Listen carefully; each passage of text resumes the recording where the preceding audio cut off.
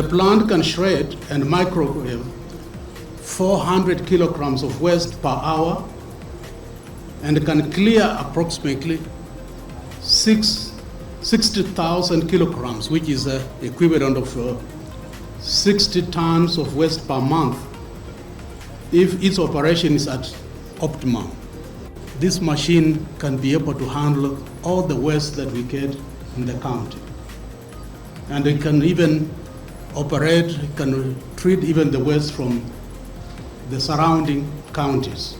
Because 60 tons, Kakamega we may produce less than 2 tons of waste per day. So at 60 tons, we can be able to do actually from all the surrounding counties, Vihiga, Bungoma, Busia, and even Siaya.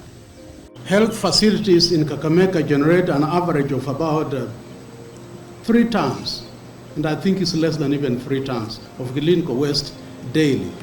For this reason, therefore, there has been need for treatment of this waste in a manner that complies with the Public Health Act, Cap 242 laws of Kenya, and the National Environment Management Authority, NEMA Act of 2012. If this waste were to be treated outside the hospital, in line with the NEMA 2012 guidelines on hazardous waste management, would have cost the health facilities within the county that 2 million annually. If we're supposed to do this outside, it would be 32 million. So we are saving quite a lot of money.